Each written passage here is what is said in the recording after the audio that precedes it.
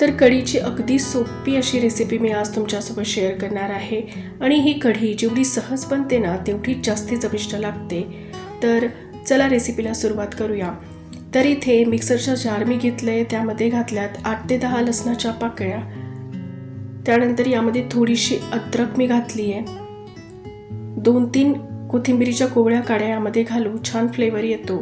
त्यानंतर 5-6 हिरव्या मिरच्या मी यामध्ये घातल्यात आणि हे सर्व काही आता अगदी जाडसर असं आपल्याला वाटून घ्यायचं आहे.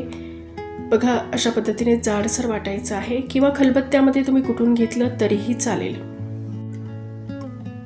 त्यानंतर इथे मी अर्धा लिटर ताक घेतलंय आणि एक छोटी वाटी भरून मी इथे बेसन घेतलेलं आहे. तर हे बेसन पीठ आपल्याला ताकामध्ये व्यवस्थित मिक्स करून घ्यायचं आहे. तर बेसनाच्या गुठळ्या ताकामध्ये राहायला नकोय. ताकाचं आणि बेसनाचं अगदी स्मूथ असं मिश्रण रेडी झालं पाहिजे. व्यवस्थित बेसन मी ताकामध्ये मिक्स करून घेतलंय. आता यामध्ये अर्धा चमचा मी हळद घातली आहे. तर हळद चांगल्या प्रमाणात घालायची आहे, त्यामुळे कढीला रंग छान येतो. पाव चमचा मी इथे धनेपूड घातलेली आहे. आता हे सुद्धा ताकामध्ये आपल्याला व्यवस्थित मिक्स करून घ्यायचं आहे. तर बघा, कढीसाठी आपलं ताक आणि बेसनाचं जे मिश्रण आहे ते रेडी आहे.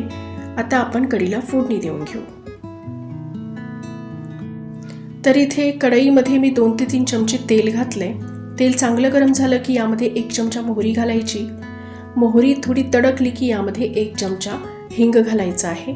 तर हिंग आवर्जून घालायचं आहे कढीमध्ये, कारण त्याने कढीमध्ये खूप छान फ्लेवर येतो.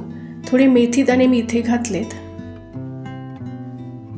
आणि 1 चमचा जिरं यामध्ये घालायचं आहे. सगळ्या गोष्टींना चांगलं तडतडू द्यायचं आहे. त्यानंतर 10 ते 15 मी इथे कढीपत्त्याची पानं घातलीत. आता हे सर्व काही 2 ते 3 मिनिटं चांगलं आपल्याला परतून घ्यायचं आहे. त्यानंतर यामध्ये आपण मिरची आणि लसूण जो कुटून ठेवलेला आहे तो घालायचा आहे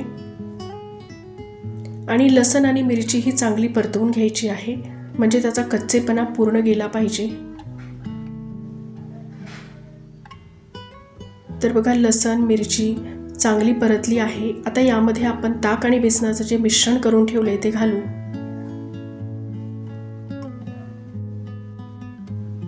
आणि हे पातेलं आणि मिक्सरचं जार चांगलं विसळून मी यामध्ये थोडंसं पाणी अजून ॲड केलेलं आहे.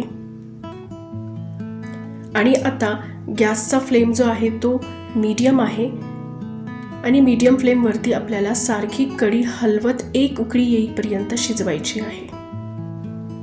तर 1 उकळी येईपर्यंत कढी हलवत राहायची आहे, म्हणजे कढी ही फुटणार नाही. तर बघा, कढीला चांगली उकळी आलेली आहे आणि इथे मी चवीनुसार मीठ घातलंय, पण ते माझं शूट करायचं राहूनच गेलं. तर आता कढी 15 ते 20 मिनिटं आपल्याला चांगली कढवून घ्यायची आहे. तर कढी ही 15 ते 20 मिनिटं मी चांगली शिजवून घेतलेली आहे. तर तुम्ही बघू शकता की कढीची क्वांटिटी जी आहे ती बरीच कमी झाली आहे आणि कढी ही चांगली घट्ट सुद्धा झालेली आहे. तर कढी तर आता आपली रेडी आहे, पण यावरती आपण एक तडका देऊ, म्हणजे कढी अजून जास्ती टेस्टी बनेल. तर इथे 2 चमचे मी तूप घेतलंय, त्यामध्ये थोड्या लाल मिरची घातल्यात, म्हणजे 2 लाल मिरची आणि 1 चमचा रेड चिली पावडर घालून हा तडका कढीमध्ये सोडून द्यायचा आहे. याने कढीचा फ्लेवर अजून जास्ती वाढतो आणि वरतून भरपूर अशी फ्रेश कोथिंबीर घालून गार्निश करून घेऊ. आणि ही गरम गरम कढी तुम्ही भातासोबत किंवा गरम गरम चपातीसोबत सर्व करू शकता. तर कशी वाटली आजची रेसिपी हे मला नक्की कॉमेंट करून सांगा.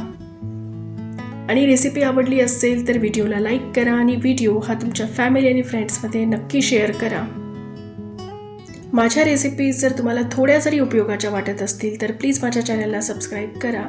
चला तर भेटूया नेक्स्ट व्हिडिओमध्ये नेक्स्ट रेसिपीसोबत.